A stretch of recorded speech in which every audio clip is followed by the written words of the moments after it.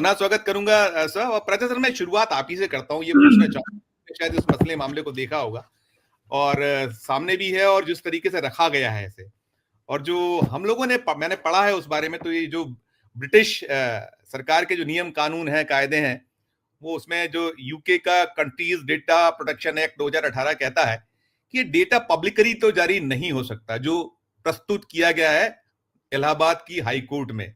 ये जब तक राहुल गांधी खुद ना मांगे तब तक नहीं मिलेगा। लेकिन ये अब चूंकि आ गया है, मसला है, पुनः इस मसले पर कहीं एक राजनीतिक गहमा गहमी और जो उसमें कानूनी पक्ष पहलू है, उसे लेकर क्या आप कहिएगा, क्या आपकी राय है, कैसे देखा जाए, कैसे इसको लिया जाए? महमूद पैचा सर।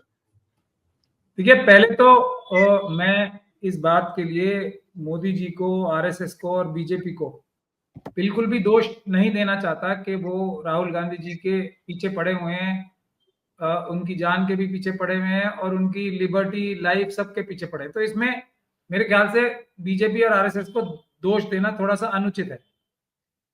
जो व्यक्ति उनकी एग्जिस्टेंस पे खतरा बना हुआ, और मोदी जी ने इतने हजारों लाखों करोड़ रुपए खर्च करके अपनी एक जो झूठी इमेज बनाई है, और एक पूरा एक चक्रव्यूह रचा हुआ है कि कोई भी उनके खिलाफ कुछ बोलेगा तो वो जेल चला जाएगा, कोई भी व्यक्ति उनके खिलाफ या उनकी बात नहीं मानेगा तो ईडी सीबीआई आ जाएगी। उनके जो एक तरीके से ऑल्टर ईगो हैं अडानी जी, उनको अपना बिजनेस नहीं बेचेगा तो जेल चला जाएगा। अभी एनडीटीवी का आज ही फैसला आया है कि प्रणय रॉय जी और उनके खिलाफ जो मुकदमा जो है बिल्कुल बेकार था, ये ईडी ने स्वयं मान लिया। क्यों? क्योंकि एनडीटीवी उन्होंने खुशी क्योंकि प्रणय रॉय जी थोड़ा बोर हो गए होंगे एनडीटीवी चलाते चलाते, तो उन्होंने कहा अडानी जी आप ले लो प्लीज, हाथ पैर जोड़ के उन्होंने दे दिए।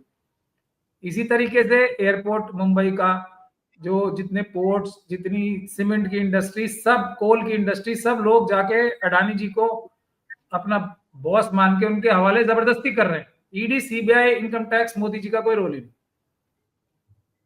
तो ऐसे व्यक्ति ने 60% से ज्यादा, आज वो लीडर ऑफ द ऑपोजिशन है, तो मोदी जी के पक्ष में वोट देने वाले देश में हैं कितने लोग? 40% भी नहीं है।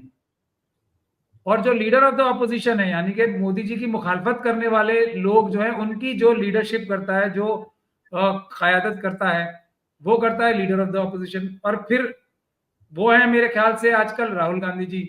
तो मोदी जी के दिल में दर्द ना हो, और दर्द हो तो उसकी दवा वो ऐसी गंदी घिनौनी ना करें जो कि उनका चाल चरित्र और चेहरा रहा है अमित शाह जी का और उनका। हिरेन पांड्या से मैं शुरू करूं, जज लोया से शुरू करूं, तुलसीराम प्रजापति से शुरू करूं, शहाबुद्दीन से शुरू करूं, जो उनके ही शूटर थे, जो एलिगेशन उनपे लगते हैं, तो वो उसका अपने अनुरूप अपनी मानसिकता, निम्न या उच्चतम जो भी मानसिकता है, उसके अनुरूप राहुल गांधी जी के खिलाफ कार्रवाई ना करें, तो ये बात बड़ी अटपटी लगती है। अब जहां तक केस का मसला, 2017 में केस आया, इससे पहले यही जो शिशिर साहब हैं, इन्होंने खुद अपनी पिटीशन डाली थी, विड्रॉ की थी, अब दोबारा डाली है। अब एक चीज है जो बड़ी प्रॉब्लमेटिक है, जो चल रही है सिटीजन के इशू पे, मैंने कम से कम डिटेल में काम किया है। सुप्रीम कोर्ट में भी जो आसाम की सिटीजनशिप का एक ढकोसला चला था, और एक सिटीजनशिप वाला इशू चला था झारखंड के इलेक्शन में भी। तो मुझे सिटीजनशिप के बारे में, और जो सीए एनआरसी का आंदोलन हुआ था, उसमें मैं एक मुख्य भूमिका निभा रहा। तो ये, इसको मैंने डिटेल में स्टडी किया, और हम लोगों ने तभी बोला था ये मुसलमानों का तो सिर्फ बहाना है, ये किसी भी व्यक्ति की नागरिकता पे सवाल उठा के उसकी प्रॉपर्टी, उसका नाम, उसका इज्जत सब छीन सकते हैं। तो उन्होंने मेरी बात को पूरी तरीके से अक्षरशः सच किया। देश के जो सबसे बड़े व्यक्तियों में से एक व्यक्ति हैं, उसी की नागरिकता छीनने की कोशिश कर ली। अब लोगों को समझ में आया कि एनआरसी का क्या मतलब था और हम क्यों विरोध कर रहे थे उसका। ये किसी के साथ भी ये काम कर देते, इसलिए ये बात समझने की है। तो अब हम आगे चलते हैं। ये तो हो गई एक बात। ये झूठा फरेबी केस है, जैसा झूठा केस जिसमें राहुल गांधी जी को का घर भी छीन लिया गया, मेंबरशिप छीन ली गई जी, जैसा फर्जी केस वो था, उससे बड़ा फर्जी केस ये है। लेकिन सवाल जो बुनियादी है, जिसको मैं मानता हूं, और जो ये ईवीएम की भी लड़ाई हुई है, एक उन्होंने सबसे बुरा काम अब ये कर दिया मोदी जी को जो सबसे ज्यादा खटक रहा होगा इसमें, जो उनकी जान है जिसमें, तोते में, अडानी से भी ज्यादा, अडानी जी से भी ज्यादा जिस तोते में जान है, अब उसके लिए 26 नवंबर को यानी 2 दिन पहले ये ऐलान कर दिया कि उसके लिए भारत जोड़ो यात्रा की तरह एक लार्ज मार्च स्केल कैंपेन शुरू करेंगे। और उसके बाद भी वो ये जवाब न दें तो ये मोदी जी के प्रति थोड़ा अन्याय होगा। मतलब वो अपने चाल चरित्र चेले से हट नहीं सकते, राहुल गांधी जी की जान के पीछे वो पड़ेंगे ही। लेकिन अब मैं मुद्दे की बात पे आता हूं, ये फर्जी केस है, टोटल फर्जी केस है, इसमें कोई दम नहीं। और इस तरह के फर्जी केस राहुल गांधी जी के खिलाफ और दूसरे विपक्ष के नेताओं के खिलाफ होते रहेंगे। उसके लंबी फहरिस्त है, जो जो लोग बीजेपी में भर्ती हुए हैं, गए हैं खुशी खुशी भाग भाग के, उनके ऊपर कोई ईडी वीडी का, ना अजीत पवार जी के ऊपर, ना ज्योतिरादित्य सिंधिया जी के ऊपर, ना किसी के ऊपर, जो गए हैं मोदी जी के प्रेम में, वो भी सब वहां दुखी हैं, और दुखी नहीं सॉरी खुश हैं, डांस कर रहे हैं रोज रोज। तो उसी प्रकार से राहुल जी के ऊपर भी उसी प्रकार से ये झूठे मुकदमे लगाने का जो कार्रवाई है। तो अब इसमें हम असली बात पे आ जाता हूं।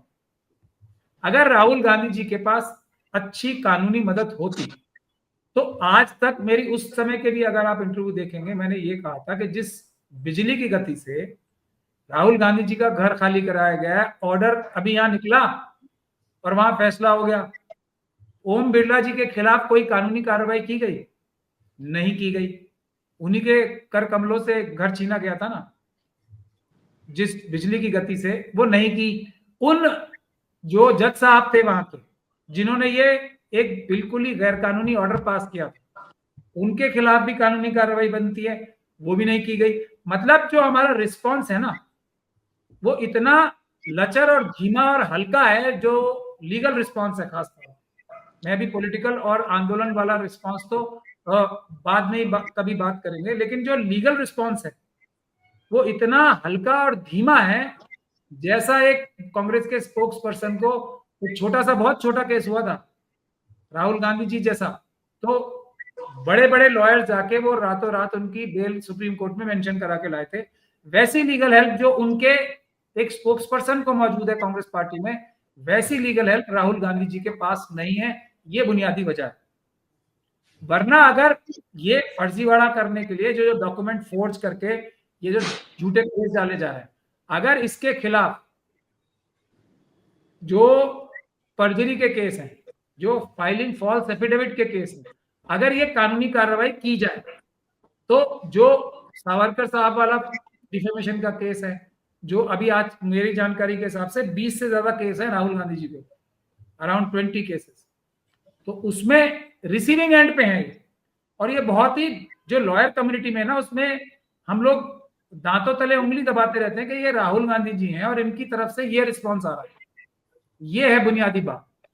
तो इस पे मेरे ख्याल से राहुल गांधी जी को अपनी जो लीगल रिस्पॉन्स है ना, वो थोड़ा मजबूत अगर कर ले, तो उनको ये जो बिजी करने का जो काम है ना, कि इसमें फंसा दो उसमें फंसा दो, 100 जगह तो वो जाके अब अदालतों में हाजिरी देंगे, उनकी एग्जेम्पशन भी नहीं हो रही है। और आजकल पूरे देश में हमारे सारे क्लाइंट्स ऑनलाइन अपीयर होते हैं।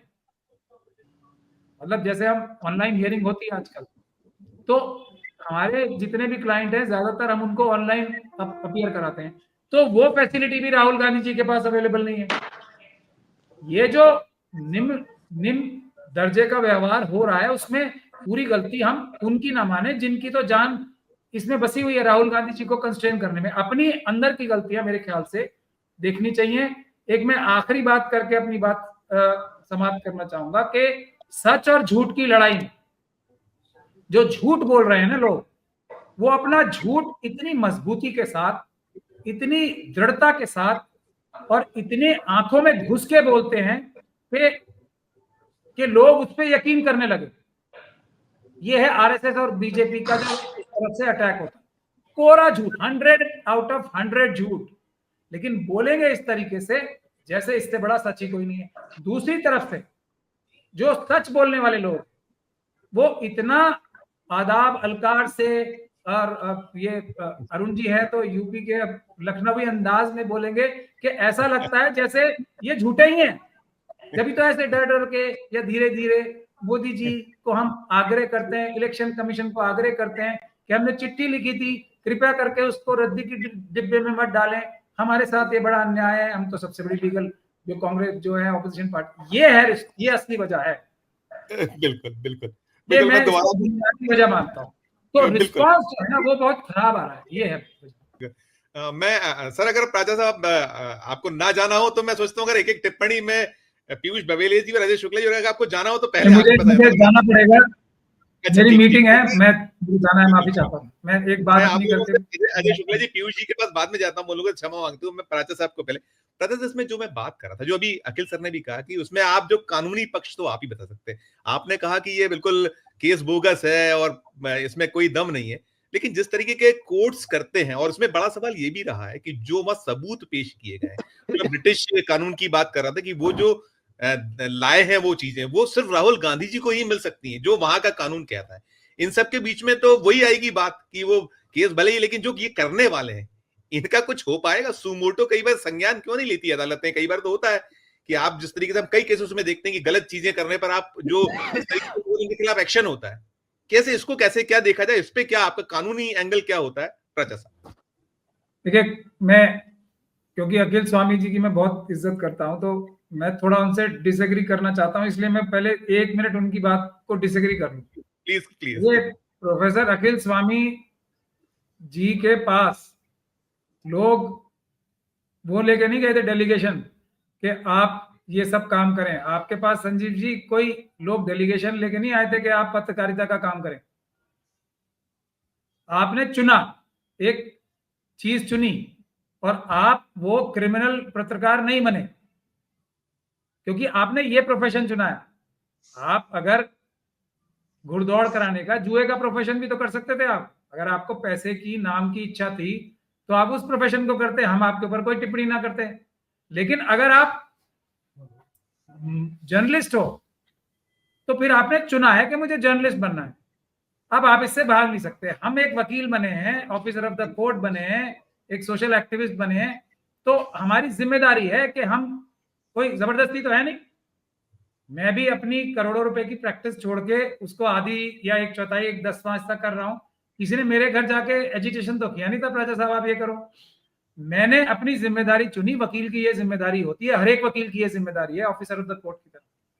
तो राहुल गांधी जी जिस पोस्ट पे हैं, उनकी जिम्मेदारी है कि नरेंद्र मोदी जी को, जो उनके भ्रष्टाचार है और जो वो झूठी तरीके से फ्रॉड करके चोरी की मशीनों से इलेक्शन जीते हैं, हटाने की जिम्मेदारी देश की जनता ने राहुल गांधी जी की नौकरी लगाई है। वो उस काम को अच्छे से कर रहे हैं। ये कोई उनको धन्यवाद करने की आवश्यकता नहीं है, नॉर्मल काम है। अगर वो नहीं करेंगे तो जनता उनसे सवाल पूछेगी, क्योंकि वो इतने बड़े पोस्ट पे, मैंने शुरू में ही बताया था कि वो 60% देश के वोटर्स को रिप्रेजेंट करते हैं। मोदी जी 40% को भी नहीं करते हैं। ये है असली बात। दूसरी बात मैं ये कहना चाहूंगा कि कांग्रेस के हों या दूसरे कार्यकर्ता हों, दूसरी पार्टी के जो ऑपोजिशन, उनमें कोई कमी नहीं है ये, और उनको ढूंढने की भी आवश्यकता नहीं है। वो जमीन पे लड़ाई लड़ रहे हैं, पिट भी रहे हैं, और जो पहले इंतजाम होते थे ना लीगल मदद के, वो कार्यकर्ताओं को नहीं मिल रहे हैं आज। गलती है टॉप लीडरशिप के बाद जो मठाधीश है ना, उनकी गलती है, कार्यकर्ताओं की गलती नहीं है, जनता की गलती नहीं है। और नेताओं की गलती ये है कि वो अपने अंदर हरे रंग के सांपों को नहीं पहचान के साइडलाइन कर पा रहे। अब मैं कानूनी बात पे आ जाता हूं, बस 1-2 मिनट लूंगा और। जी जी, प्लीज ये प्लीज। पूरा फर्जीवाड़े का केस है। लॉजिकली बात कर लेते हैं पहले। ये जी आरएसएस का जवाब पहले लॉजिकली देना जरूरी होता है। राहुल गांधी जी के ऊपर इल्जाम है कि 2005 या 2009 के आसपास उन्होंने ब्रिटिश नागरिकता ली। कब? जब कांग्रेस की सरकार थी, जब वो मेंबर ऑफ पार्लियामेंट थे। मतलब वो क्या उनका दिमाग सरक गया था कि भारत की नागरिकता जब उनके पास है तो वो किसी और देश की नागरिकता लेंगे? मतलब क्या बात कर रहे हैं?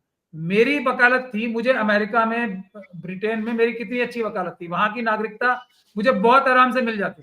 मैं पागल हो गया हूं जो भारत की नागरिकता छोड़ के मैं अमेरिका की नागरिकता लूंगा या ब्रिटेन की नागरिकता लूंगा? मेरी यहाँ इतनी इज्जत है, यहाँ मेरी इतनी प्रैक्टिस है, अमेरिका की नागरिकता का मैं करूंगा क्या? भाई मैं कोई अडानी थोड़ी हूँ जो यहाँ से मैंने पैसे चुराने, अंबानी थोड़ी हूँ, यूसुफ लुलू थोड़ी हूँ, यहाँ से पैसे चुरा के भागने हैं मुझे, मैं वो थोड़ी हूँ। राहुल गांधी जी जो प्रधानमंत्री के कैंडिडेट थे सबसे तगड़े 2009 के चुनाव के बाद, वो उनको ब्रिटेन की नागरिकता लेनी थी। क्यों? क्योंकि नागरिकता अगर वो किसी और की देश की ले लेंगे तो क्यों उनकी फिर मेंबर ऑफ पार्लियामेंट सीट चली जाएगी। कितना अच्छा प्लान बनाया राहुल गांधी जी ने। और इस आर्ग्यूमेंट को लेके आरएसएस बड़े से बड़े लोगों के मन में शक डालना चाहती है इस बात का, और हम लोग डिस्कस कर रहे हैं।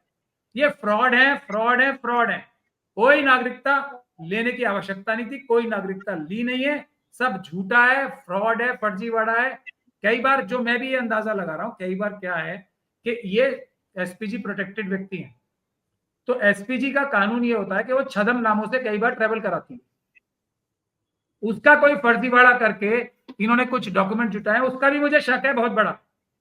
और इस तरीके से इनका केस आर्ग्यू होना चाहिए।